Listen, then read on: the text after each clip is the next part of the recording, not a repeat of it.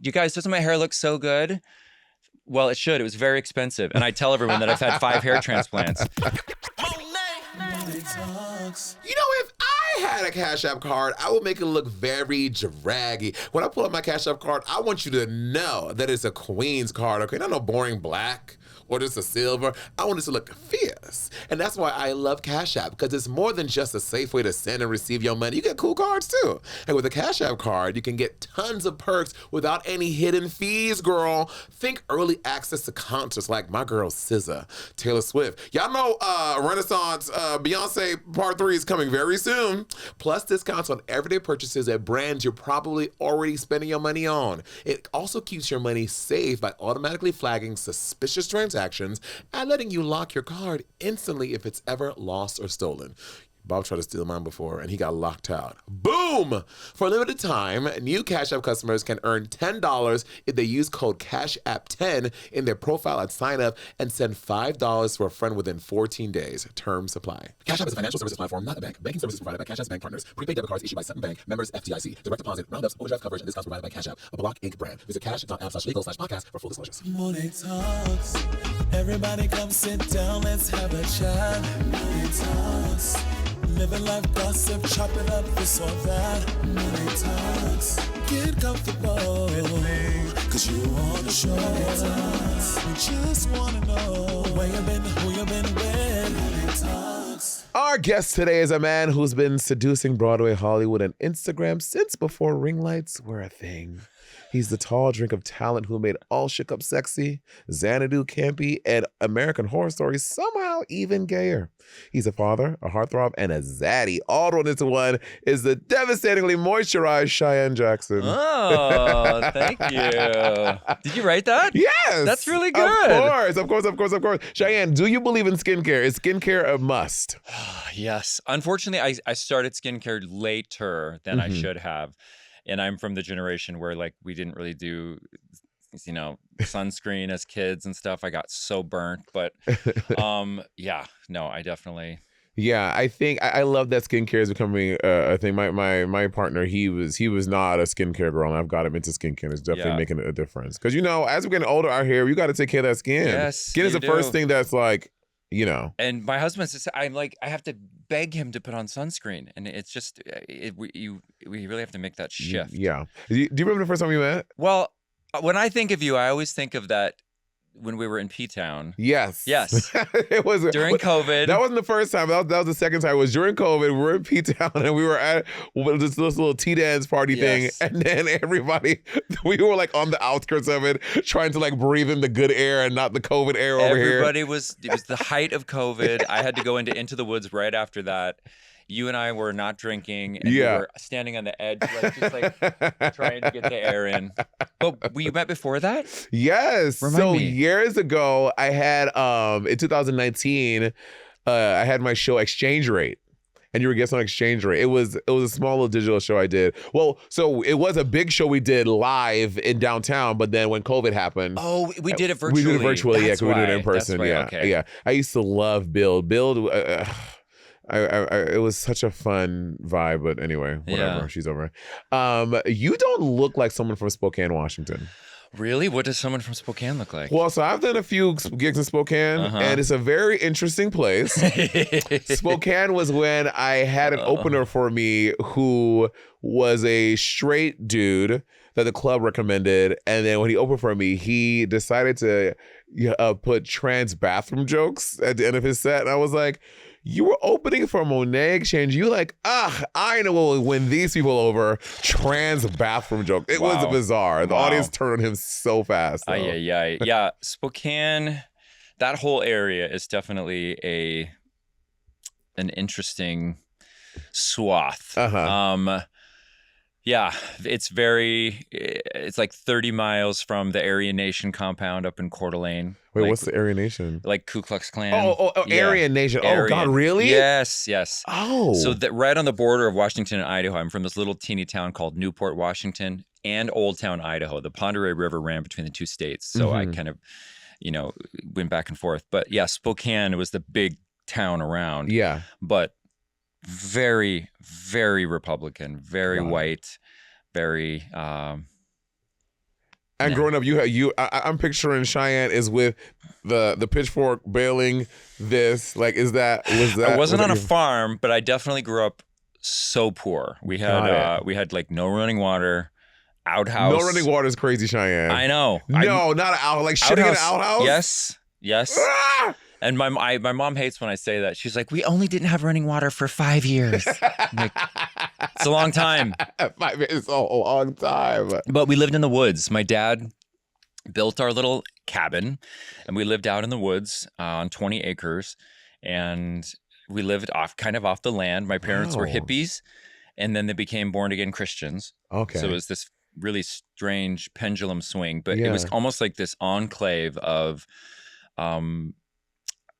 I wouldn't want to say a commune, but like a lot of like hippie Christians. Okay, wow. So I don't put those two together. I know, but that's what it was, and most of them still live there. And it was, I knew from maybe a 7 or 8 that I was like, wow, what am I doing here? Yeah, you like, I think, okay, it's funny you say that. I think 7 years old was when I realized that. I think I'm a little different, and I had a little crush on a boy in my same age, and we were meant to stay back after class and dust the what you call it? Oh yeah, the chalkboard eraser thingies, and then we were both on the board, and the teacher stepped away, and we shared a little, and I was like, oh my god, I'm gay. Oh my god, I love that. And that was really great. Oh, I thought you were gonna say you both dropped the chalk at the same time, and then your hands touched, and you looked up at each other.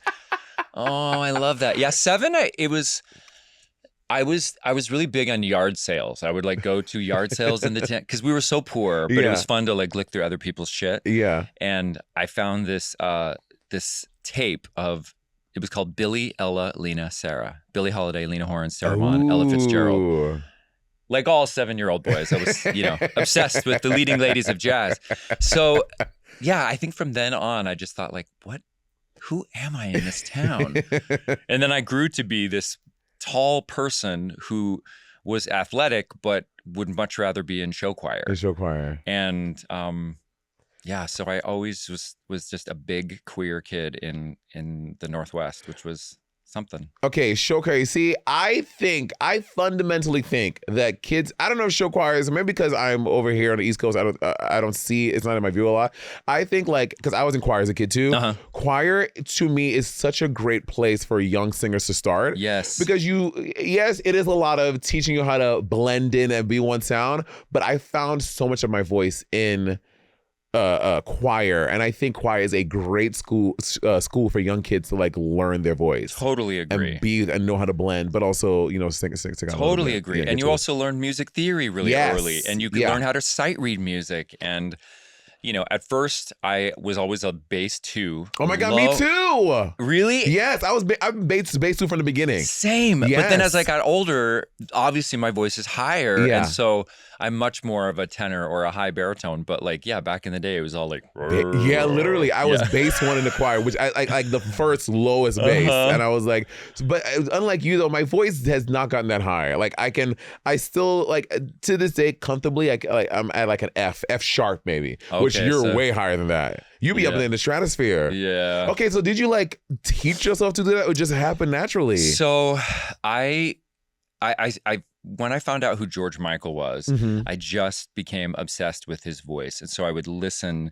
This was back when, obviously before any kind of cell phones or anything, but I would have 2 tape players, and I would record one part into one tape player and then record it singing harmony into that tape player, into this player, and then I would stack it back and forth, and I would teach myself how to do these harmonies. Dope. But George Michael's voice, he had that mix and he had that clarity of tone that I was so obsessed with. And I had a teacher, a music teacher, Mr. Caldwell, Mark Caldwell. He's still with us. And he really honed in on my voice, and he was like, you have something special. And if you really work on your passaggio, the break for, the break in between your chest voice and your head voice, you make that as strong as you can, you're going to have a seamless mix. Yes. And people won't know. And I'm telling you, from then on, I was always like working in that weird 5-6 note spot. To where I don't know what it was about him that pointing that out to me, but that is, I think, has been my little bread and butter because I don't really have to scream notes. I've found a way to kind of support. Jealous. I am jealous because that is your not voice my is story. amazing. What are you jealous but of? I wish I had. I wish I worked on that. What you did because you I still think, can. So I feel like my voice is too far. Like I'm too old. I can't learn. No, but I think men's voices are. I think they fully mature in their late 40s. You have a lot of time. Oh God, Cheyenne, don't give me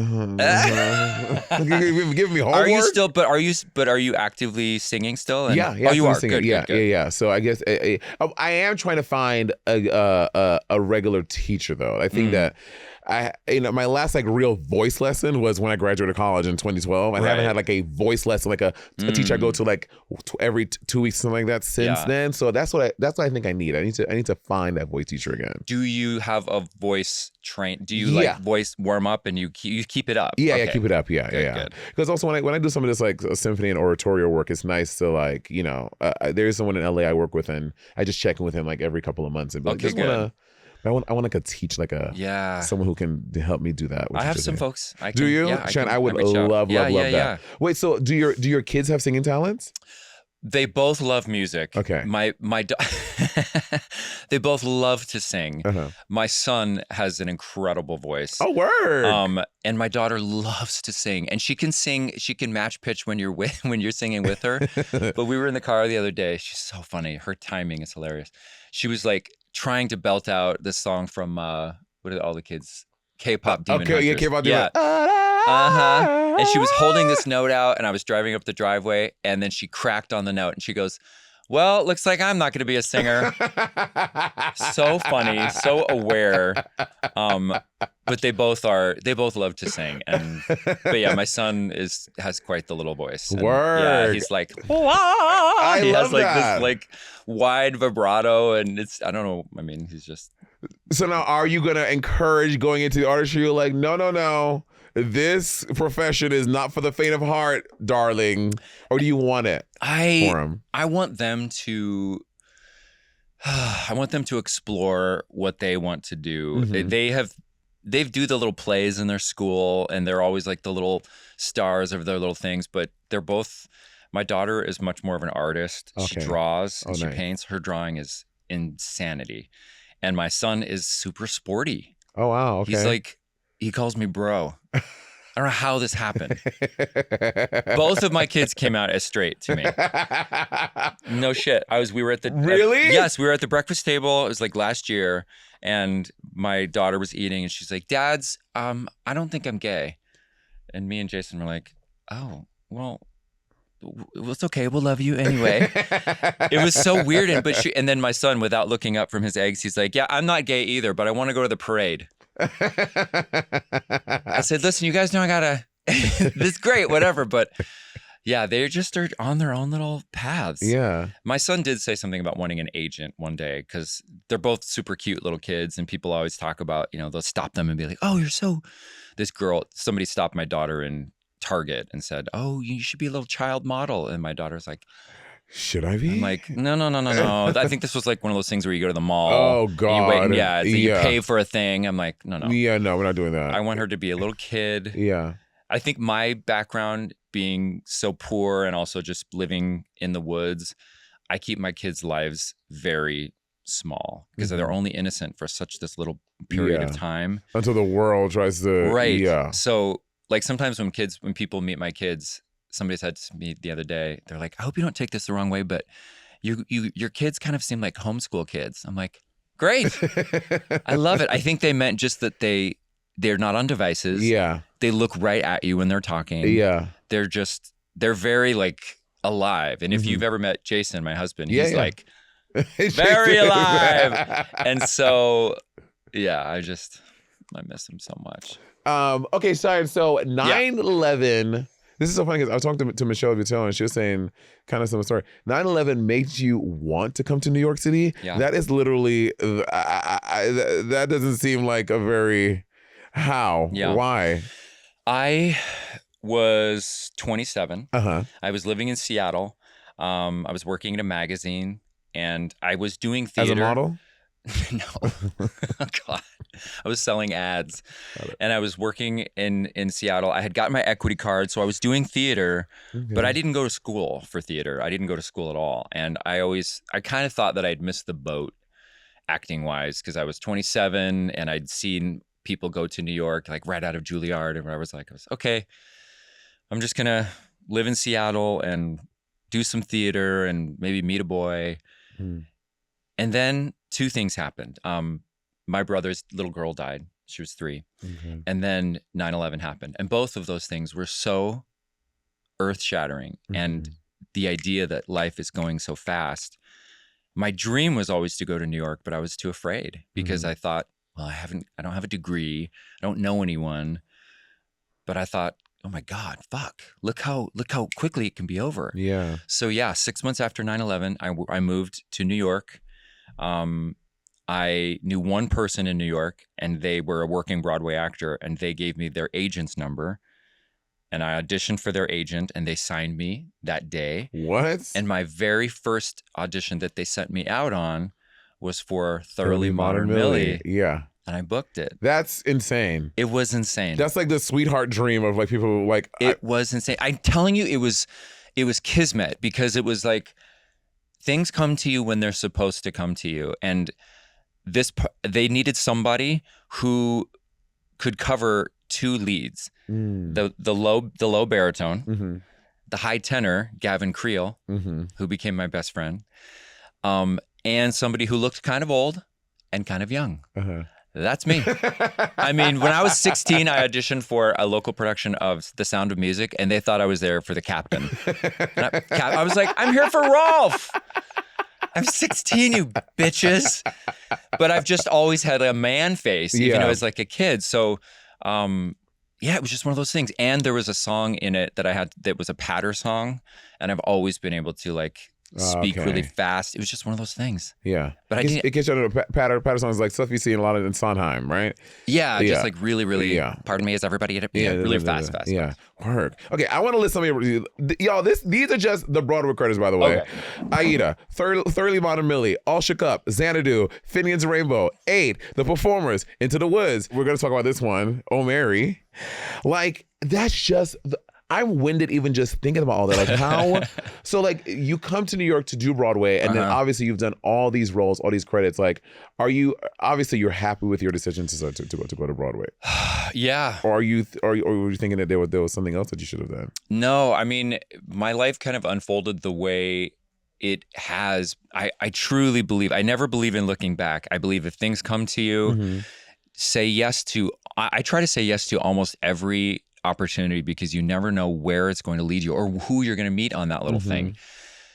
All I ever wanted to do was to do Broadway. And then it started happening. And then Aida, and then All Shook Up. And then I did Damn Yankees. Oh, Damn Yankees. With Jane Krakowski. I missed that one. Yeah, that's okay. And then during that, Tina Fey came to it and then afterwards asked me to be on 30 Rock from seeing me in that. And my career has been a building block like this. So after doing like 7 or 8 Broadway shows, because it is a fucking brutal schedule, it's just your whole entire life is focused on the show. It has to be. I thought, I want to get into this TV thing because it's way more money and it's a lot easier in a different way. So that's what I focused on for about 10 years. And I've done, I don't know, 30 TV. I mean, a lot of TV. A lot of TV. And I love it. But I've been missing and looking for something back in New York. And then out of the blue, like 4 months ago, Sam Pinkleton gives me a call. And he's like, would you like to come into Oh Mary? And I was like, I thought it was for Abraham. I'm like, for Abraham Lincoln? He's like, no, for Mary's teacher. It literally had not even crossed my mind. Even when I'd seen the show back in the day with Cole, I loved it so much. I felt like I was high after seeing it. It was just so joyful and filthy and hilarious. I just never saw myself in it. Yeah. And then when I got this call, I thought, well, this is another one of those signs. And so, yes. Are there any Broadway show that you have turned on that we don't know that you're even going to do? Oh, yes. I always hate saying these just because like the person that ended up doing it, like I never want them to feel. No, I think it's just like you just didn't think it was right for you. And you're like, I'm just, Sure. And also it goes both ways because sometimes I have not gotten something and then that person's gotten something. Yeah, what are some things that I was going to do that I couldn't? I was going to do falsettos. Oh. I really, really wanted to. Uh-huh. I was going to do She Loves Me. Oh, She Loves Me. And then my Gavin Creel ended up getting it, which was great. And he was so fabulous in it. And Jane Krakowski was in that. So, but yeah, sometimes you make decisions based on just a gut. If I read something, I don't know if you're the same way, but if I read a project and I can hear the lyric, I can hear the lyrics and hear the words almost audibly, I know that it's an immediate yes. I never am somebody who is like, maybe, I don't know. It's a very solid, it's hard to talk me into something because I know intrinsically. And so that instinct is something that's guided me, and so far so good. And then speaking of your process, since you didn't like go to music school, whatever so when you started getting Broadway work, did you have to go back and then teach yourself? Because like could you sight read and could you play, like how did you go about learning roles if you didn't like traditionally go to MT or something like that? I just feel like my whole life I've been a student. And so even though I didn't train at a conservatory, every single local theater production that I was in, I was a sponge. Okay. When I was not on stage, if I was in the chorus, which I was for years, I would stand in the wings and I would watch the leads and I would watch their process and I would think, ooh, that. And I would take little bits and take little things. But in terms of once I got to New York, when I was in Thoroughly Modern Millie, I had to tap dance. I never tap danced in my life. So in audition, did they ask you to tap dance? Yes, they did. And what did you do? I did. Well, it was down to 3 of us, and then each of us had to do a time step, and I couldn't do it. The first guy was like, and then and then it comes to me, and I just said, listen, to Rob Ashford, the choreographer, I said, listen, I don't tap, but if you cast me, I will learn. I will learn how to do it. And he goes, you better.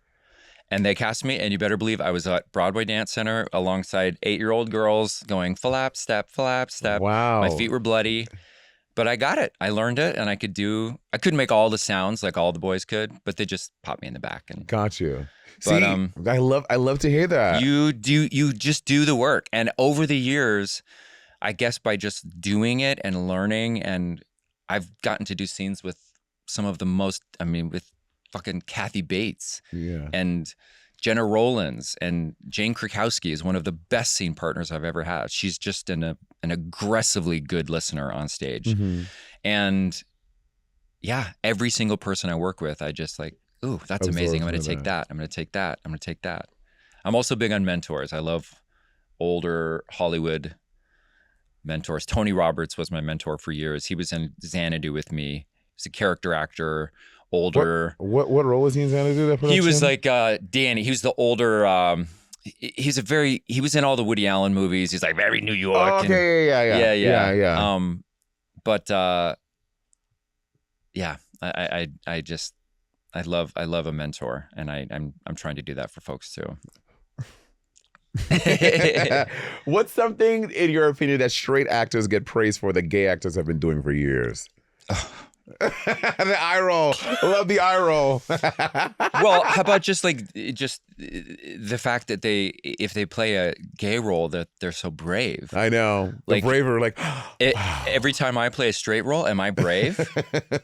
It's like that's been definitely a tricky thing. And as an openly gay actor from the jump, I don't really know what my life would have been like, or my career would have been like, had I been in the closet or like been a little more. I remember when I was doing All Shook Up, and the New York Times did a piece on me, and they asked about my personal life, and I was with somebody at the time, with my old partner, and I remember people on the team were kind of like, maybe just use kind of non-specific pronouns. We don't really need to get specific. And I was like, what? It never even occurred to me to be not out. Yeah. So I don't know. I really believe that the right person for the right part should play the part. Yeah. Period. Yeah. If it's a straight actor that happens to be the best person to play a role, even over a gay actor, I believe that person should get it. I do. I know that sometimes that's controversial to some people, but it's acting. Yeah. It's acting. Like yeah. Daniel Day-Lewis, in My Left Foot, like he was acting and he was the best for it. I just think it's important to remember, like, it's pretend. And every time I'm on stage, I just imagine, like, what we have to remember is it's like this childlike imagination that we have to continue to capture. I just think of my kids, when your kid hands you a fake phone and says, like, it's for you, you just immediately, oh, what's up? You know what I'm saying? This is fake, stupid. That's right. So I don't know why I went off on that tangent. But No, but I love that, because that was gonna be my next question. I'm like, I think that you are someone we have seen you've always been open about your sexuality. Like, I was gonna say, like, has there ever been a time to be like, damn, maybe I should have, like, but you just answered it. Like, you're like, I'm gonna be me. It doesn't matter. Yeah, I mean, who knows what it would have been like? But I remember back in the day, one of the Superman permutations years ago, I was on some list to go into test way back, but like, who knows if I wasn't like openly gay Cheyenne Jackson. But I love that now there's just so many openly queer people that are just out in the forefront and winning the awards, and just it's kind of a non-issue, or less of an issue at least. I was like, is Hollywood I think they're just also just running out of good straight people. They're like, we gotta get bigger. That's funny. Okay, let's talk through it. My Cash App card, right? We're gonna put some glitter. We're gonna have it. Ooh, I want one of those like little raised font. I don't know what that's called, but I think a little raised font, a little glitter, and I want it to look sleek and fly and sexy. Like me. And that's why I love my homies at Cash App, because it's more than just a safe way to send and receive your money. You get fierce cards. Who doesn't like a fierce card? And with a Cash App card, you can get tons of perks without hidden fees, and you can get early access to concert pre-sales. And as someone who in my 30s, I'm going to more live music events, this is great for me. So I can get early access to Ariana, Sabrina, Kendrick, Beyonce, SZA, and plus you get discounts on everyday purchases at brands you're probably already spending all your coins on. It also keeps your money safe by automatically flagging suspicious transactions and letting you lock your card instantly if it's ever lost or stolen. You hear that, Roberta? Elaine, the drag queen? You try to steal my card, you will get fined by me. And for a limited time, new Cash App customers can earn $10 if they use code CashApp10 in their profile at sign up and send $5 to a friend within 14 days. Delicious. Terms apply. Cash App is a financial services platform, not a bank. Banking services provided by Cash App's bank partners. Prepaid debit cards issued by Sutton Bank. Members FDIC. Direct deposit, roundups, overdraft coverage, and discounts provided by Cash App. A Block Inc. brand. Visit cash.app/legal/podcast for full disclosures. Going back to the kids, do you think that it's harder raising twins or doing 8 shows a week on Broadway? Ooh, God. Twins. Yes. 8 shows a week is brutal. 8 shows a week is brutal, but it's that bit. Yeah, it's not for... When you have twins and they are, I mean, it's all I've known, but I remember when they were in diapers, like it was just like an assembly line. Jason and I were just like, ting, ting, ting, ting, ting, ting. And I remember, God, it takes you to a place emotionally when you are so sleep deprived. I remember like we each had one of them on us, and we're like early in the morning, like 3 a.m. we were in a fight. Jason and I were fighting about something, and we're like, fuck you. I don't know. We're like shushing our kids, but we're just like, haven't slept. And it's just, but it also is, being a father it's the most profound experience I could ever imagine. It's so painful. It is so painful. You love them so much, it hurts. And it's just so magical. But unless you know for sure that you want to have kids, do not do it. This is my thing. Do not do it unless you're like, yes, I've always wanted them. Because I've always wanted them since I was a kid.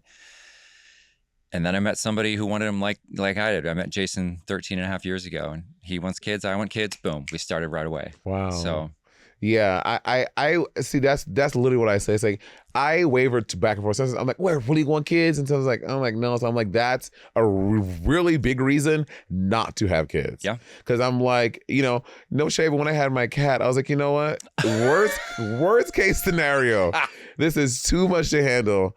I can go back. I can, which I did not do. I still have my little girl, but I was like, if crazy, I can find another home for her with friends or whatever. I'm like, no, once you commit to have a child, that is it forever. And it's not even until they're 18. Until you die. Yeah. Yeah. So like I called my mom to argue about something yesterday. I was on the phone yelling for like 25 minutes. Yeah. Like that's fucking annoying. You know what I mean? So I couldn't imagine. Yeah, it's a lot. And my kids just turned 9, and now the hormones are starting. Yes. My daughter has braces, and she has headgear. Remember headgear? Wait, she has headgear? That's still a thing. What? You'd think like now they would just have some new cool thing. No, it's still like a thing on her forehead, a thing on her chin. She looks at me at night when she's asleep. I'm like, it's gonna get better, girl. It's just like, gotta go through this. Yeah, this is a rough spot, honey. It's the rough patch, but it's gonna get me so. Wait, headgear is still a thing? Still a thing. Whoa, yeah. I thought everyone was just doing Invisalign. No. With kids, they do it earlier and earlier because your bones are more malleable. So my son's gonna need it too. He has a overbite and she has an underbite. So they're both like meeting in the middle. Exactly. Yeah, I was really rough when I was really young. I fell ice skating, so this tooth died. Oh. So all my other teeth fell, but this one didn't. So when I was 9, I had to have oral surgery. They had to cut into my gum and like basically put a brace and pull it. I had the whole thing. It was. You have such beautiful teeth. Thank you, and I'm happy that my parents took care of my teeth. Yeah, teeth are the number. I'm like, parents, take care of your kids' teeth. Girl, take care of the teeth. Yes, you have great teeth. Thank you. I also am very big on teeth. Same. I've never had veneers. I love to. Same. Yeah. Well, at one point, so I had like this little gap here, and I went to my dentist. I was like, "Can I just get veneers?" She's like, "No." And I was like, "You can't tell me no." She's like, "No, we're not. You have great teeth. We're not giving you veneers." I was like, "Why?" I want to do it with my own money. She's like, "Well, you have to go somewhere else because we won't do it for you." Wow. I know. She's a lesbian. Dr. Harrison, I love her so much. I love natural teeth. Yeah. And also natural faces. I mean, I love that, people do their little things, but I just, when I see people that haven't had stuff done to their faces on camera, especially, and you look at I just love it. Would you ever do the Kris Jenner, the ponytail? Never say never, but I mean, I don't know. I mean, as I get older, like my neck, I'm Cheyenne, you are still a very beautiful man. Thank Please you. do not go up here and give us my neck, girl. No. But you know what I mean. Yeah, I probably appreciate that. But I'm 50, you. and things start to definitely change. And, I have a lot of wrinkles around my eyes. I've had forehead wrinkles since I was like 15. But what are you gonna do? But you still look great. Thank you. You still look very great. I want to play a game with you. Okay. It's called Lyric or Lie. Lyric or lie. So I'm gonna read a lyric. You have to tell me if it's from a Broadway show or not. Okay. And I know you're probably gonna nail all of these. Maybe. Okay, first one. You're the top. You're the Coliseum. Broadway. Yeah, from what show? Anything goes. Yes. God, I hope I get it. I hope I get it. Easy. Broadway, chorus line. Mm-hmm. I've had 6 martinis and I'm still underdressed. Not Broadway. No, but it sounds like it could be from Company. Yeah, it does. This is too easy. The sun will come out tomorrow. Girl. By the way, Bob and I we saw Whoopi do it Bob. Last Christmas. So good. Her and Miss Hannigan was so lovely. I bet. It was really good. I was like, ugh, a living legend. I love Bob. We just worked on something together last year. Oh, it was the best. Love her. She's awful, but I love her. If you can't love yourself, find someone with good lighting. Not Broadway? Yeah, correct. Yeah. I'm just a Broadway baby walking off my tired feet. That's Broadway. What show? That's from 42nd Street, maybe? No. Broadway baby, walking off my tired feet, pounding 42nd Street to be in a show. What is it from? Follies. Ooh. Follies. Uh-oh. Someone tell the story. Someone sing the song. That sounds like it could be Broadway, but I don't know it. It is from Color Purple. Oh. Mm-hmm. Mm-hmm. What song is that? The one where from Seeley's Pants, I believe. Oh. Yeah. I only know a few of those. God, I love that. It's so good. I am the one thing in life I can control. Not Broadway. It is. What? Modern. Oh, see, I'm losing it now. Lin-Manuel. Oh, Hamilton? Yeah, from Hamilton. I have the one thing in the The greatest star, I am by far. Oh, Broadway. Uh-huh. Oh, Funny Girl. Yes. Yeah. Okay, 3 more. Don't Cry for Me, West Hollywood. What? Who said that? That's not Broadway. It's not. But if Evita was set in LA, that would work. Oh my God, that one is Susie. I'm not even gonna say it. Ugh, and I'm telling you, I'm not going. Jesus Christ. I'm gonna look at you for that, because obviously. Kiss Me, Kate, but sign the prenup first. No, not Broadway. No, it could be from Cole Porter. It's a Hell of a Town. The Bronx is up and the battery's down. Oh yeah, that's from. Oh, come on, New York, a hell of a town. That's from. Jesse Tyler was in that. Shit. Leah Delaria. Ugh! I can't think of the name. On the Town. On the Town. Mm-hmm. Yeah. And last one, You'll Be Back. Soon You'll See. Oh yeah, that's Hamilton. Yes. Yeah. Wow, you really do know your shit. Yeah, but say the newer stuff I need to get into, because I haven't seen like Hades Town. I haven't seen Six. I haven't seen. Have you seen Death Becomes Her? Yes. And when are you stepping into play? What's his name? Ernest. Ernest? Oh wow. I mean, I wish I could have done it with Megan. Megan's been my friend for. We've toured together. Megan is my girl. Oh, what did y'all tour? What did y'all do? Just concerts. Oh, got it. She and I are like kind of the same type of performer, like kind of an old school throwback performer. Mm-hmm. She's just like tits and hair and Yes. voice, and so we had this like kind of Rock Hudson, Doris Day thing, and she is. I love Megan. I saw her. Best. She did a concert at the Shell in San Diego, and I was like, oh my God, this woman. Her voice is Beyond. Beyond. She can sing anything. Yeah. She's a great comedian too. I just saw actually Death Becomes Her just like a month ago. So good. And I got to see both of them, and they were. Yeah, it's so good. Michelle Williams is great. So this is my dream. I've been pitching. I really want to do it. When Michelle leaves, I want to be Viola Van Horn. Ooh. Yes, I think a Put it out drag there. Viola Van Horn would be fierce, sickening, and it would be. I'm like crossing all the things. That's great. Have you like put it out there to yeah, like, okay. we're trying to see. Yeah, we'll see. Who knows? That's a great idea, because Viola can be. She's magic. Yeah, she's magic. She's magical. Oh, that's great. I didn't get to see Michelle, but I did. Aida with Michelle. Oh yes. Yeah. She was so cute. She was like kind of shy about kissing, I remember. Was she? Yeah, because Aida's a sexy show. Mm-hmm. There's a lot of like making out and stuff. And she's very Christian. She's very Baptist. Yeah, she's very Christian. I remember like the first couple times I'd go in, she would like giggle and turn her head. But then she got it. She was great though. And I was really like impressed with her chops, and I wish I could have seen her in that. Yeah. So talk to us about Miss O Mary. So I saw it with Jinx. I never saw it with Cole. I'm gonna try to come see you when you do it as well. Oh yeah. Like I cannot wait. Like are you just over the moon to be in this production? It is such a dream. I've only been in one other play on Broadway. So usually it's a musical where it's just like song after song, and it's a different type of thing. This is a different type of concentration where, O Mary is so fast, so concentrated, so well written. People know the lines, so you got to be on your game. Yeah. But it's just outrageously fun. And I've known Cole for years. Okay, so you knew back Cole, when Jeffrey and Cole, they had this thing called Jeffrey and Cole Casserole.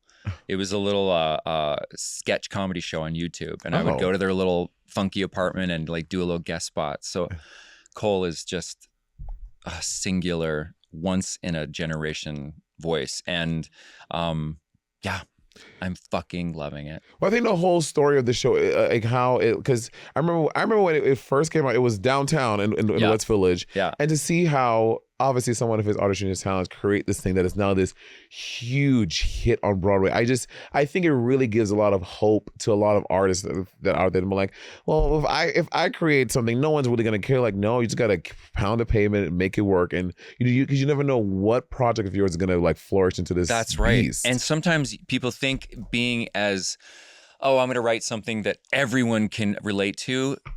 it doesn't, if you get as specific and as weird as possible, because like sometimes I'm standing up there in O'Mary and I'm like, I cannot fucking believe this is on Broadway. It's so filthy. Yes. It's so weird. Yeah. It's just like such a hybrid of so many different styles. It's very heightened, but it's also, it's just an anomaly. And yeah. And the audience just, last night was like supposedly a quiet audience. Somebody in the cast was like, "Oh, this is a quiet audience." I'm like, "Quiet? They're screaming." So yeah, and they're gonna carry me through. It's gonna be fun. When is the hubby coming to see it? He came to my opening. He was here last week. He owns a branding and marketing company, so he was out here like anything. If anybody needs anything, he makes. He works with all the studios and does all that. But he was business out here. I have a solo show at Carnegie Hall on December 8th. Great. Yeah. On my night off from O'Mary. Okay, so you're doing the show. Yeah. And you're obviously going to be rehearsing and this show. And then on your night off from your 8 shows a week, you're like, oh, let me do a concert. Yes. Girl. Yes. See, y'all Broadway singers and theaters, because I come from such an opera world, like which we do. We rehearse for like 3 months and then do 7 shows. But wow, that is... It's intense, and really it is. Intense. I'm already in training for it, so I'm already singing the material throughout the day. But also a play is different. We scream a lot, in O'Mary, which is harder on the voice. Yes, people don't understand that. That's right. So I'm trying to make choices that aren't so screamy. You can still be as intense, but I'm still finding my way in it. And when it comes right down to as close as Carnegie is, I'll see how I'm feeling. But I think it's going to work out. Because this is not your first time at Carnegie. This is my first solo show. First solo show at Carnegie. I've done like with the Pops, and I've guested, and I did a duet show with Michael Feinstein. But yeah, this is my first solo show that I've written. So you've written the whole thing as well. Yeah. Wow, Cheyenne. Yeah. Can you tell us like the theme? Yeah. So 2 years ago, I wrote a show called Science of Life that I did at a residency for 2 weeks, 2 years in a row at 54 Below. Oh, dope. And I really wanted it to be just much more autobiographical. I do have such a crazy origin story that I wanted to kind of share where I was from, and not just have it be like, then when I was in Millie, I sang this song. Oh, and don't forget, we've all seen those shows. I am at a point in my life where I can't be surface on stage. I gotta unzip my guts and I gotta be real. Like the first thing in my old show, the first thing I opened with was like, you guys, doesn't my hair look so good? Well, it should. It was very expensive. And I tell everyone that I've had 5 hair transplants right off the top of the show to take the piss out of myself, show them that I'm going to be vulnerable. And I just loved that idea so much of being so real with them that I thought, what if I just parlayed this into a bigger thing? And then Carnegie came to me and I was like, okay, here we go. So Warren Carlyle is directing, and he's Tony Award winner director. He directed me in Finian's Rainbow. He's amazing. And yeah. So when you're in the process of writing a show like this, are you like getting opinions and thoughts from other people? You're like, oh no, this is my thing. I'm gonna write it. This is what it is. I'll let you come in and direct and give opinions that way. But how involved do you have other people in your creative process? That's such a good question, because my husband and I fight about that all the time. I am somebody who likes to think they can do it all on their own because I always have. But what I'm learning as I get older, that I need people. I need coaches. I need other advice. I need other, Jason, my husband's always like, Simone Biles, or, the best people in the world, they have coaches. They have people, outside people. And so, no, I have vocal people. I have people, friends reading it, writer friends helping me shape it. No, it's not just me, for sure. I mean, ultimately it's my vision, but I'm not afraid to ask for help anymore. I used to just be like, I don't need anybody. It's an old mentality I got from my dad. Very like lone wolf. I don't need anybody. And I need people. But also, so it speaks to your origin, how you said like you didn't have any formal thing. You saw, you were watching, you were teaching yourself. So I had to figure it out. Your brain was wired. Yeah. Fake it till you make it. It's like I have faked it until I have made it, and right? and you know they have made it, right? Already, yeah, exactly. Who has been your most like intimidating co-star? Oh my God. Is this someone you're like, ooh? Well, actually, the first time I met Gaga, because we were married on American Horror Story, and I was intimidated because I was such a fan of hers. I had seen her twice in New York before she'd like blown up huge. And at the time of Horror Story, I was just such a fan, and I had heard that we were going to be married on the show. Already, I kind of felt out of my depth on that show just because I was more of a comedy guy. And here's like Kathy Bates and Sarah Paulson smoking in the corner and Angela Bassett. Everyone's so intense and so actressy and amazing. And I was like, oh my God, one of these things is not like the other. But that's my, as Rue would say, my inner saboteur. Yeah. I got to set and it was the first day to meet Gaga. And I was really nervous and I called my husband. I'm like, oh God, I have to meet her today. And he's like, just be yourself. And I'm like, well, I don't know what that is. So I get there and they say, okay, so Gaga wants to meet you. She's already on the set. So I walk to set, I'm in costume and I go through and she's like behind the scrim, already like fully in costume, wig, lit cigarette, in character. And she was like, I was just, my hands were shaking. And she goes, Will Drake, I've been waiting to meet you. She puts her hand out and I was like, oh my God, is this bitch in character right now? Like, am I going to have to like, because that's not what I do. I'm like, it's pretend I don't do that. And I was like, I tried to go with it. And so I like kind of crouched down and gave her like a weird kiss on the hand. And she's like, I'm just fucking with you. My name's Stephanie. And I was like, oh, I love thank that. God.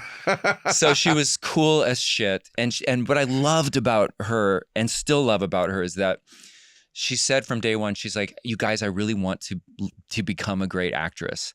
And so if I'm in the wrong place, if I'm in the wrong spot, just move me over to my spot. I just want to learn. She was open about receiving instruction. And now she's, 2 Academy Award nominations later. And so I was just like, you always need coaching. And so it's like, that was a great lesson. Probably the scariest though, scene wise was I had it was also on American Horror Story. I had a scene with Kathy Bates where I had to interrogate her. God, misery, honey. And she's my all-time favorite actress. Dolores Claiborne, A Million Things, Primary Colors. And I was so prepared. I'm a very prepared person. I was, total, like I had my shit, but looking at her across the thing, she was so alive. Every single take, I would just calibrate it so slightly and she would take it and try and shift it. I was like, this is next level. That's a whole different type of thing. And it was a master class. And I kept up, but it was watching her. I was like, oh, right. That is a movie star. That is like a technique that Sarah Paulson's like that too. A beast. Oh, I can't imagine. Oh my gosh. Just to be in a room and watch it, I would die. Sarah's a beast. I played her therapist on one of the seasons and just watching her prep and watching her before. And I remember before she taught me if you wanted to appear drunk, she would spin around in a circle like 3 or 4 times right before they roll. And then you're just a little bit disoriented. And I was like, it's a great trick. It's a great trick. Yeah, because it's just pretend. And she has all these amazing things that work for her. And I'm just like, I'm constantly learning from my friends. Oh, I love what you just described, Cheyenne. That's so dope. That sounds so electric. Yes. And like to Gaga's point, I think that because at her core and what she showed us is that she is a theater kid. Yes. Like she is a theater kid. Like she wants to, like, that's where her heart vibrates. That's where like she lives. And like even when I went to go see the Mayhem Ball, even though they're in arenas, I can't explain it. They feel like big intimate shows. Like I don't feel like I'm at like some big rock concert. It feels like a theater kid doing not in a really really big black box. Like that's what it feels like. And that's what I love about that how Gaga like crafts and curates an experience for her fans. Love that shit. Same. I'm gagged with her doing the whole thing. Like, bitch, I'm kidding. It's me, Stephanie girl. How you doing? It was the best. I know. She's just the best. Okay, Cheyenne, so we're gonna come see you in Old Mary. Okay. You're in it until when? We just got extended. I'm staying until January 4th now. Oh shit. Yeah. Okay. So you're in Old Mary until January 4th, and your big Carnegie Hall show is December 8th. That's right. I put up my phone to make sure I was in town because I am coming to see that. Please, I would love to have you. December 8th. Yep. Yeah, I'm coming to see Cheyenne. Oh, this is a Monday. That's great. Okay, cool. Yeah. Cheyenne, thank you so much for swinging by, coming on by, and doing our little New York edition of Monét Talks. I love your show. Thank you so much for coming. Yes, you're so great on it, and you're busy running 2 shows, and you coming all the way here to Brooklyn. This is crazy. I'm glad that we finally got a chance to sit down and actually talk. Yes. It's always been at an event or backstage at something. Yeah. So yeah. Well, good luck on all the things, Cheyenne. Thank you, honey. We're all big fans of yours, and you're the shit. Thank you. Bye, y'all. Until next time. Peace. Monét Talks.